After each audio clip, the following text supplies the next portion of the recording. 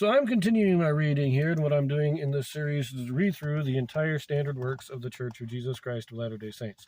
This consists of the Bible, the Book of Mormon, the Doctrine and Covenants, and the Pearl of Great Price. I am reading in a chronological order of events, not according to publication or volume, so I will be skipping around just a little bit as I move along. Right now, I am still in the Book of Numbers. This will be chapter 33. Now, the last few days, we've only gotten one video up each day, one yesterday, one today.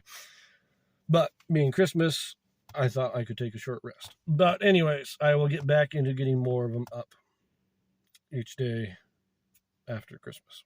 Anyways, chapter 33. Review of Israel's journeys from Egypt to Canaan. They are commanded to drive out inhabitants of land. Any remaining inhabitants shall vex Israel. Now, this is a somewhat longer chapter, but I think we can do it in one video because it is really just a big list of names. Let's see how well I can do on these names. And I understand I may not be pronouncing them according to the correct Hebrew or Latin or wherever they're from. I just pronounce them the best way I can to make them make sense. You know what I mean. So let's go. These are the journeys of the children of Israel which went forth out of the land of Egypt with their armies under the hand of Moses and Aaron. And Moses wrote their goings out according to their journeys by the commandment of the Lord. And these are their journeys according to their goings out. And they departed from Ramses in the first month. On the 15th day of the first month, on the morrow after the Passover, the children of Israel went out with an high hand in the sight of all the Egyptians. For the Egyptians buried all their firstborn, which the Lord had smitten among them. Upon their gods also the Lord executed judgments.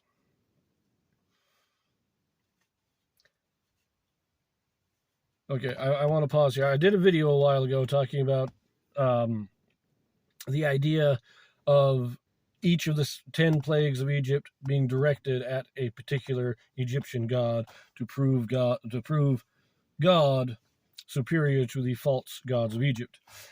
And I maintain my skepticism on it because it doesn't fit. The way people try to make it fit doesn't quite work. There are serious issues there. But this passage, upon their gods also the Lord executed judgments, that lends a little credence to the idea.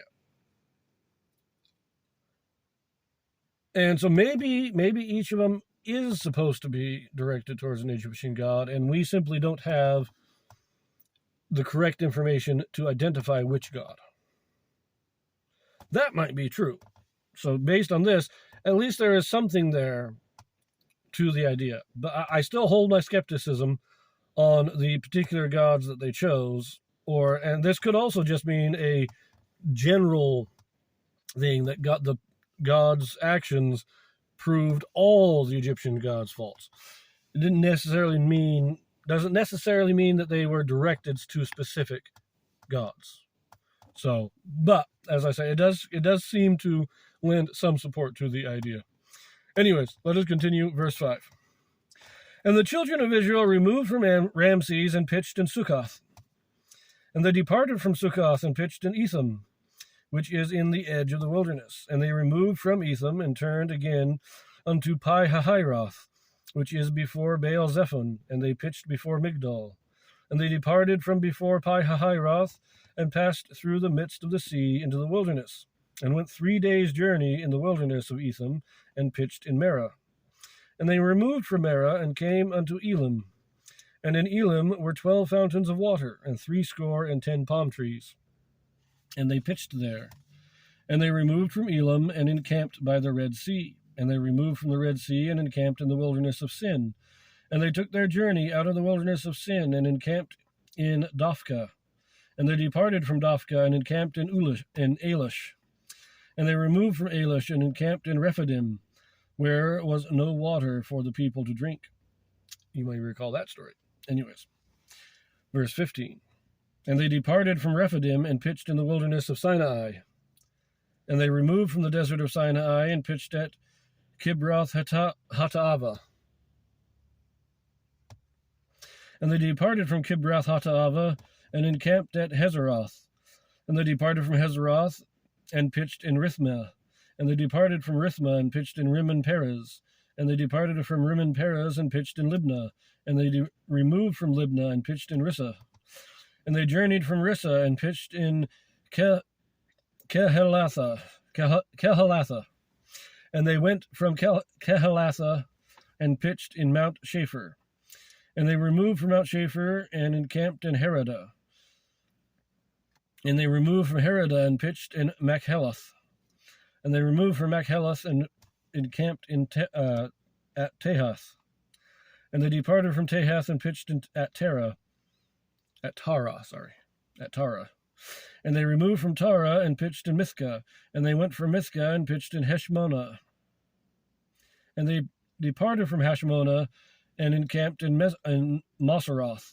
And they departed from Moseroth and pitched in Bene Jaakan. And they removed from Bene Jaakan and encamped in Hor Haggidgad. And they went from Hor Haggidgad and pitched in Jotbatha. And they removed from Jotbatha and encamped in Ebrona. And they departed from Ebrona and encamped in Ezron Gaber. And they removed from Ezron Gaber and pitched in the wilderness of Zin, which is Kadesh. And they removed from Kadesh and pitched in Mount Hor in the edge of the land of Edom. And Aaron the priest went up into Mount Hor at the commandment of the Lord, and died there in the 40th year after the children of Israel were come out of the land of Egypt, in the first day of the 5th month. And Aaron was 123 years old when he died in Mount Hor. So now you remember Aaron's death. This is where we learn how old Aaron was when he died, 123 years old. And this is at the end of the 40 years, which means he was 83 when they came out of Egypt. And we know that Moses was 80 when they came out of Egypt, so Aaron was 3 years older than Moses. This is how we line up the timeline, is these little tidbits here. So, verse 40. And King Arad the Canaanite, which dwelt in the south in the land of Canaan, heard of the coming of the children of Israel. And they departed from Mount Hor and pitched in Zalmonah. And they departed from Zalmonah and pitched in Punon. And they departed from Punon and pitched in Oboth. And they departed from Oboth and pitched in Ijah-Abarim in the border of Moab. And they departed from Iam and pitched in Dibon-Gad. And they removed from Dibon-Gad and encamped in Almon Diblathane. And they removed from Almon Diblathane and pitched in the mountains of Abiram before Nebo. And they departed from the mountains of Abiram and pitched in the plains of Moab by Jordan near Jericho. And they pitched by Jordan from Beth Jesimoth even unto Abel Shittim in the plains of Moab. Now, if you don't remember any of those or most of those from previous readings, that's fine, because most of them aren't mentioned in previous readings. The only places that are mentioned are those important places where important events take place, like Sinai, where we have the golden calf, and Kadesh Barnea, which is where the spies were sent out.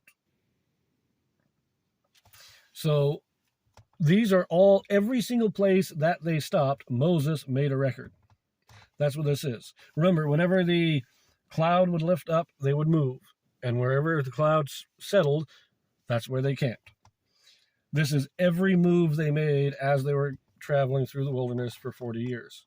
Now, I'm not going to bother with it right now, but if you counted these all up, I would say it was pretty close to they camped in a different place each year.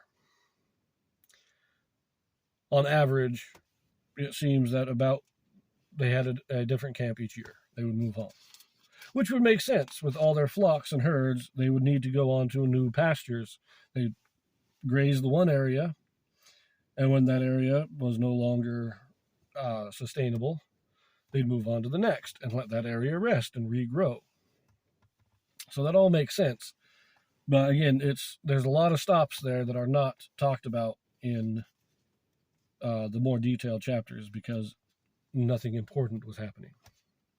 But let us finish the chapter out. This is verse 50.